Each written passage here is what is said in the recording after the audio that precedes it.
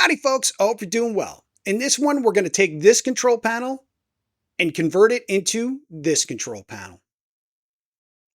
Why we're doing it is a great story, so we're going to start there. On October 27th, 2024, the Officially Unofficial AtGames 4K group hosted a live stream. Group moderator P-Dubs ran the stream with the notorious, legendary admin, overlord, the man in charge, the main shit stirrer. That's right, Mark Patrick. If you don't know who Mark is, he's the creator of the Officially Unofficial group, where us merry band of outcasts, some of which have been booted from the official page, get to speak openly and honestly about our Legends machines. The live stream was to celebrate hitting 1,000 members and to hand out $750 worth of prizes to all the current members of the group at that time. All 1,080 members were loaded into the Wheel of Names. Over the course of about 45 minutes, one by one, lucky members of the group were awarded items like gift cards, cup holders, pinball packs, and more. Towards the end of the live stream, P-Dub spun the wheel one last time. Let's see who our winner is of our grand prize. Let's go, baby. Let's go, let's go, let's go. Who's it going to be? Christopher Camera. I know this guy. That's right. Christopher Camera won what they called the grand prize, a modded control panel. The control panel included a graphic from Buy Stuff Arcades, a new joystick topper, gold leaf push buttons, and a trackball with an LED kit. After the live stream, I spoke to Chris and we started planning his control panel. Funny little tidbit, at the time, Chris didn't even own a machine, but he was able to pick up an ALP HD locally so he could put it to good use. He posted this video on his channel, The Cameracade, a few weeks ago. I highly suggest you check it out. He has some amazing and creative videos over there. His taking a ride with E.T. the Extraterrestrial is a must-see. When I watched it, I almost pissed myself. Before we get into the customizations, I just want to say, I hope the group does another live stream when it hits 2,000. I already told Mark I'm in if it does. I had so much fun doing this for Chris that I can't wait to do it again for another lucky member. Being able to speak to Chris throughout this process was great. Oh, well, he's very popular, Ed. The sportos, the motorheads, geeks, sluts, bloods, wastoids, dweebies, dickheads, they all adore him. They think he's a righteous dude.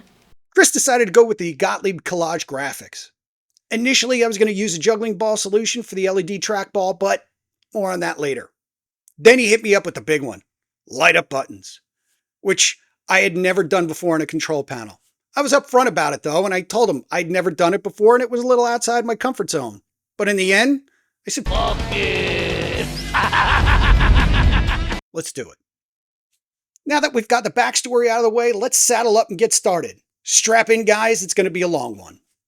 Obviously, we're going to start with a brand new straight out of the box control panel. If you haven't seen my tutorials before, I just want to mention that I like to speed things up a lot here and there so we can see the work being done, but also get to the good stuff. I always recommend hanging on to the packaging, especially this piece. It's going to get a lot of use as we work on the gut and mod job. Since we're going to be installing light up buttons, I decided that it would be best to add a dimmer. We'll discuss it and its layout a little later on. First things first, we need to flip it over and get this plastic piece off. Before I forget to mention it, links for everything that I use as part of this customization will be in the description below. To remove the plastic cover, all we need to do is pull the 7 screws holding it in place. Once they're out, remove the tape holding the exciter wire and carefully remove the cover. Next up is labeling. I highly recommend doing this. I suffer from CRS. I can't remember shit. I suggest using a P-Touch. Mine's a little bougie since it connects to my phone, but any P-Touch type of labeler will do. You can prep for labeling however you want. Do what works best for you. For me, I just flipped the label over a couple times to make sure the buttons correlated to their positions. Then I took a sticky note and I wrote the letters on it. Then I cut them up and placed them on the control panel in the area of the button location so I could label the button wiring. Now that everything's labeled up, we can start removing the button connectors. It's a little tedious, but fairly easy. We just need to pull back the plastic cover. Then using a small screwdriver, we push the tab on the connector to release it and pull it off the switch. I suggest using a 2 to 3 millimeter screwdriver. That works best here. Once the connector is removed, we can use the screwdriver or a finger to pop off the switch from the push button so we can remove it. Here's a close-up so we can run through the process at regular speed here. So we're going to want to pull this rubberized plastic piece off. It's a little tedious, but eventually we work it off here. Just bringing in one that we've already removed. You can see the little clip here. Now, as I push on it here, obviously it's sliding off. When you've got a stable button you're working on, it's nice and easy to pull off. So just put the screwdriver on the tab and it slides right off. We'll do the second one here. Again, that rubberized piece is a little tough to get off. Once you get it loose, slides right off. Then get in here and get on the tab. Sometimes it's easier said than done. But once we get it pushed down, slides right off. Now we're going to use either our thumb, our finger, or the screwdriver to pull the top clip off. Then we roll it back towards the bottom of the button and it's done. Now we can remove the buttons. I suggest using a button wrench like this one. If you don't have a button wrench, then you can use channel locks, also known as tongue and groove pliers.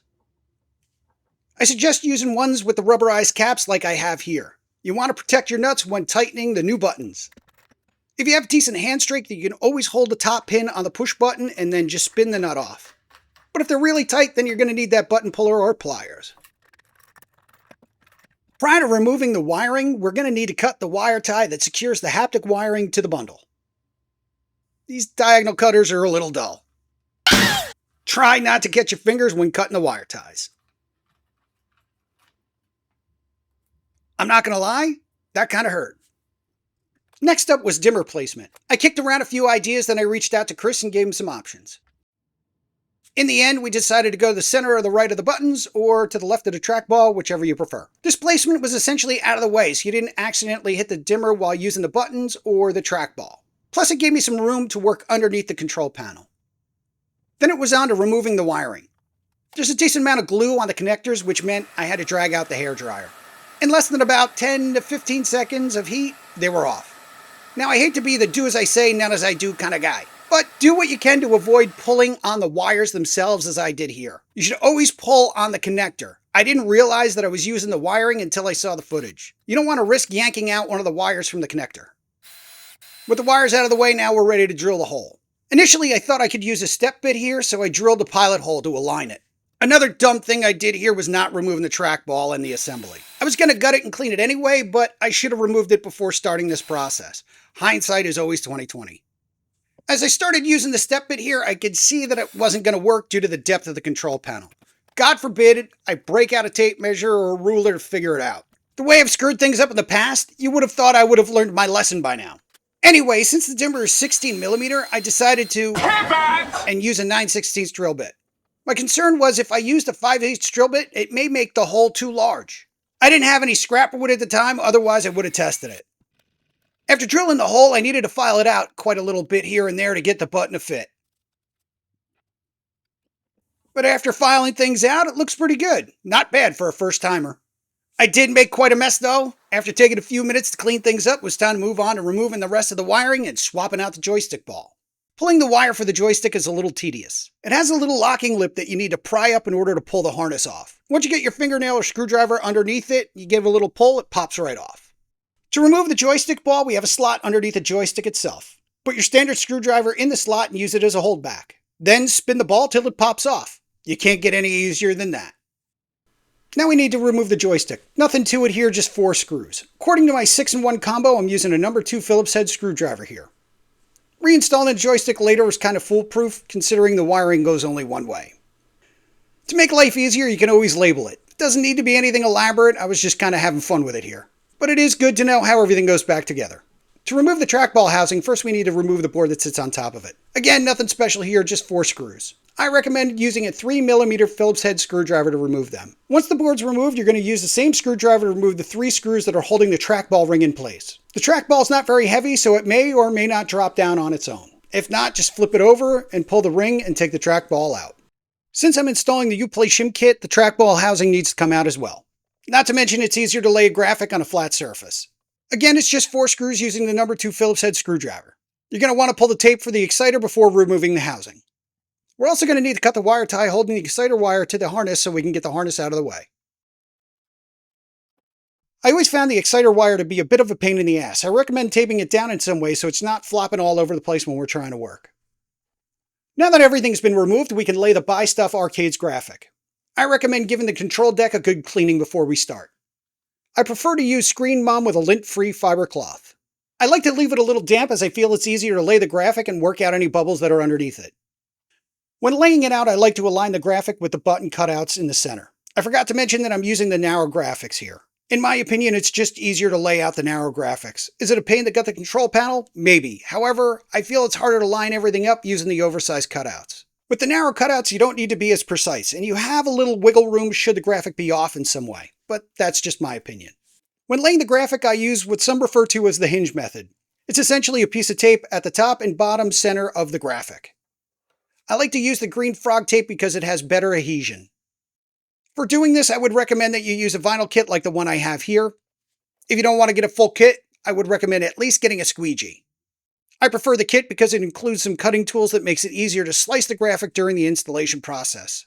Don't be afraid to readjust the graphic like I did here. I didn't order a spare, so we need to make sure we get this right the first time.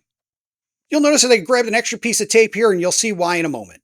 When applying the graphic, I like to peel it back halfway, hence why it's called the hinge method. Then I use the little piece of tape to hold the top corner of the graphic so I can cut the backing.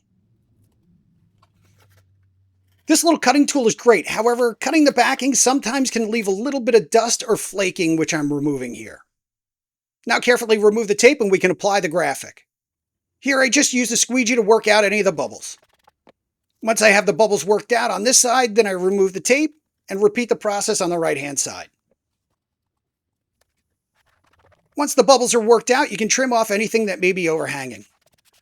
Since I work left to right, I usually need to trim a small area by the trackball cutout, as you can see here. Dropping in the trackball ring, we can see it fits nicely and we're good to go. Next up is installing the push buttons. There's really nothing to it here. Just drop them in and tighten them down. The push buttons note where the positive and negative connections are.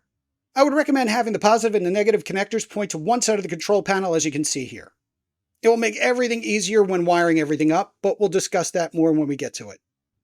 Now that buttons are in place, I just need to straighten them out real quick. Then we're going to break out the button wrench and lock them down. Wiring them is pretty easy as long as you don't mix up the positive and the negative. I'm positive about the negative, but I'm a little negative about the positive. Here's a quick close-up shot of the buttons. As you can see, there's a difference in the connectors. The pins in the gray section of the push button are the actual push buttons. The connectors to the rear are the power for the LED. You'll notice that the connector takes a little bit of pressure in order to pop it into place. Once the connector's in place, drop down the rubberized protector and you're done. When it comes to the LED wiring, I need 6 connections and there's 18 on the harness, so we're going to need to clip off the extra connections. Just make sure you double check your work, especially on this one. You don't want to cut the wrong side and have to piecemeal it back together. The rubberized shielding should cover the end of the exposed wire. If you're concerned that there's the possibility of the exposed area coming in contact with something, you can always use a heated shrink tube to cover up the end of the connector. My apologies here. I know it's a terrible shot, but I couldn't quite see the camera while I was doing the work here. You don't need a lot of tubing, just a short piece. The problem is going to be fitting the tube over the connector. It's going to be a little wide. When heating the shrinking tube, just do it carefully. You don't want to risk hitting the wire. Just take your time on this part. Here's a shot of the finished product. All right, let's fire these up, make sure they work. Go! Initially, I thought I had a bad button, but then I double-checked my wiring. The positive and the negative were reversed on the C button. Which is good to know, because sometimes when we're wiring certain things, what's positive and negative doesn't matter, but in this case it does. Once I fixed the wiring, we were good to go. Then it was time to drop in the dimmer. I need to cut the graphic to do that. I used a razor knife from my vinyl kit to cut it. If you don't have one of those, you can use an X-Acto knife. Just make sure you cut it slowly and carefully. With the graphic cut, we can pop the dimmer right into place. Not bad, looks pretty good, like it was always there. Now for the moment of truth. Let's hook up the dimmer and test it out. We did it! Huzzah! Right, kid, don't get penisy! Sweet, I really like how this turned out. In my opinion, it's well worth the $13 since this dimmer gives us 3 different levels of brightness here. Due to the length of the dimmer and the depth of the control panel, I wasn't able to secure the switch with the hardware provided with the dimmer. The only option I had at this point was to glue it in place. And while hot glue is not always the easiest to work with, it's certainly better than trying to use another adhesive. Besides, the hot glue can fill those gaps, so to speak, to make sure it's really secure and in place. Now that the dimmer's glued in place and we're sure it's not going to go anywhere, now it's time to move on to the wiring. Since I took the time to label the wiring harness, this part's going to go fairly quickly, especially since I have the button identifiers that I cut earlier. I'm just going to drop everything into place here, which at 800 speed takes no time at all. With the wiring done, it's time to move on to the trackball and the assembly. First things first, we're going to need to remove the cable from the trackball housing. And as you can see here, it's not always that easy. And on your control panel, it might even be glued in place. But normally, all we need to do is get our fingers in there, give it a little bit of wiggle, and it'll pop right out. As I mentioned in my video about choosing the trackball for this control panel, the link for that should be popping up right about now. When I modify control panels, I install the shim kit from uplayarcade.com. For the installation, we're going to have to crack open the trackball assembly. To open the assembly, we need to remove the 4 screws. You're going to want to use that 3mm screwdriver again to do the job. Once all 4 screws are out, get your fingernails underneath and just pop the top off. I recommend flipping it over in your hand to catch all those screws, although I did miss one here. This is where utilizing the packaging from the control panel comes in handy here since it keeps everything organized. With the top off, now we can put the shims in. The last few times that I did the installation, the shims were purple, which made it a lot easier to see. So my apologies here in advance if you're having a tough time seeing where everything goes. These black ones really kind of blend in with the assembly. When you order a kit from Uplay, they send you the instructions. And while my video here may help, I would strongly suggest you use theirs when putting the shims in. A link for those instructions can be found in the description below. Essentially, what we're going to do is add the shims in order, ending with supports 4 and 5. To install support number 5, we're going to need to remove the roller seen on the left-hand side here. Once removed, we'll start with support number 4, which should just drop right into place. When we install support number 5, this one will fit a little bit more snug than the rest. Here's just a quick close-up of everything that's installed. I slowed it way down here, so if it looks a little out of sorts, a little weird, that's why. Once the shims are in place, we can reinstall the roller. Just make sure that the roller moves freely and the gears don't catch on the shim. I would recommend giving it a few spins and testing it thoroughly before closing up the assembly. Now that I'm confident everything's good here and the roller can spin, we can just put it all back together, and at 800 speed, it takes no time at all. Now we're ready to reinstall the trackball housing into the control panel. There's not much to it here, it only pretty much goes one way. You just need to make sure that the connector on the assembly is facing towards the bottom of the control panel. Just install the screws in the 4 corners using that number 2 Phillips head screwdriver. You don't need to crank them down. Besides, if you do so, you're going to crack the plastic. Just make them snug. With a new trackball assembly installed, we're ready to drop in the new trackball from customarcade.com. Once that's in place, we're going to install the trackball ring. You're going to need to use that 3mm screwdriver to install those screws. 2 out of 3 are pretty easy, but that screw in the J-shaped area here can be a little tough. There's a lot of open space, so it may be a little difficult to drop the screw into place initially. With the screws installed, we'll flip it over, give the trackball a couple spins, and make sure everything's good to go. Now we're ready to install the U-Track LED kit. Although I've done this quite a few times, what I like to do is place the control panel controller board on top of the trackball assembly just to get an idea as to how everything's going to line up. You know, that measure twice, cut once kind of thing. It might be a little tough to see here, but make sure when you're putting the control panel controller board in place that the board lines up with the pins on the bottom of the trackball assembly. Just be gentle here. The pins are a little delicate and can snap off pretty easily here. Just to confirm everything fits into place, we're going to flip the LED board over so the LEDs are facing the trackball, and we're going to slide the LED board in place. We're going to flip the board over just to make sure everything lines up properly. We essentially want to make sure that the LEDs are centered on the control panel controller board. To secure the LED to the controller board, we're going to use the 3M double-sided tape. Just to keep it simple, use the LED to line up how much double-sided tape you're going to need and cut it. Now just attach the double-sided tape to the bottom of the LED board. Then just use a razor knife to lift the corner edge of the protective backing. Then pull off the protective backing and secure the LED to the center of the controller board. Then we can put the control panel controller board in place on top of those pins.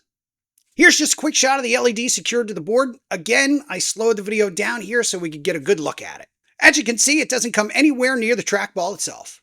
With the control board in place, we can just screw it down. Again, we're going to need that 3mm screwdriver here. Once it's screwed in, we can reconnect the wiring from the controller board to the trackball assembly. While putting this together, I realized I didn't cover connecting the LED to the RGB controller.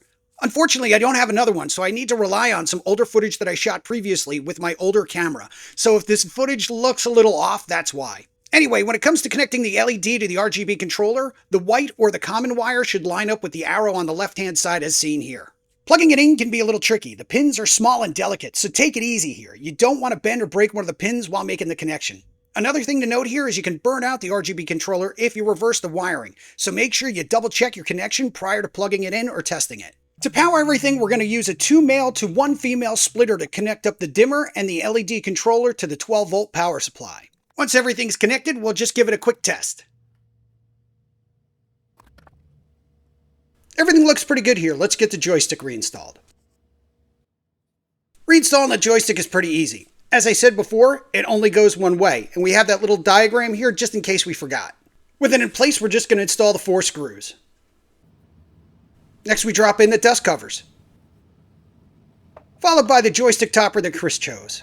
Now all we need to do is tighten up the topper so it doesn't spin off during gameplay. Now it's time to button it up and do some cable management. I'm not going to bore you by going through everything I did here. I'm just going to kind of give you some of the highlights, so to speak. The cable that came with the LED kit was kind of long, but rather than cutting it all up and trying to piecemeal it back together, I decided to coil it up, zip tie it, and tuck it in with the push button wiring. As you can see here, it fits nice and snug between the buttons, and most important, it's out of the way, so it doesn't impede the functionality of the push buttons at all. Then I plugged it into the power adapter splitter. When it comes to the LED wiring, I like to use gaffer's tape to keep everything in place. It has all the grip of duct tape, but not the sticky residue. It also doesn't dry out like duct tape, and it's easy to remove if you need to readjust things. Since the plastic housing is going to be reinstalled, it's not like we're strictly relying on the gaffer's tape to keep everything in place. However, it will keep it secure while we work. To keep the remote sensor and its wiring secure and in place, we're going to use a 3M clip to attach it to the trackball assembly. Once the clip is affixed to the assembly, I just place the wires inside the clip for safekeeping. Here's just a quick shot of the finished product before we install the plastic housing. Before putting the plastic housing back on, I marked out a spot where I need to cut the plastic for the power adapter. I know it's a little tough to see here, but I didn't have view of the camera while I was working. To protect the power adapter and its wiring, I put some gaffer's tape around the hole as a buffer. You can find it at the top of the screen if you're looking for it. Screwing it down takes no time at all, especially at 800 speed. With everything back together, I did a quick few more tests before dropping it in my ALP HD. I fired up the vertical build and proceeded with testing.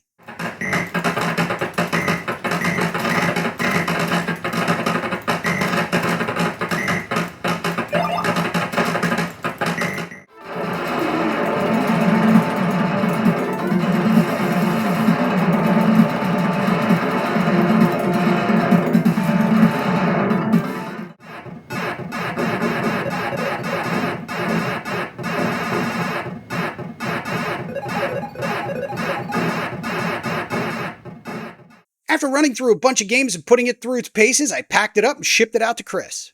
The control panel is enjoying its new home in the Cameracade, as you can see here from this excerpt of the 2025 Cameracade Tour. Well, that's it for this one, folks. Thank you very much for joining me on this one. I know it was a long one, but I hope you enjoyed it. If you liked this video, please give me a thumbs up and subscribe. If you didn't like the video, give me a thumbs down, subscribe, and give me another shot. If there's anything you'd like to see me cover, please let me know. If there's anything you'd like me to change or think I could do better, again, please let me know. If you hung out to the end, thank you for sticking around. I just want to say I appreciate you, I appreciate your time, and as always, stay safe, be well, and take care.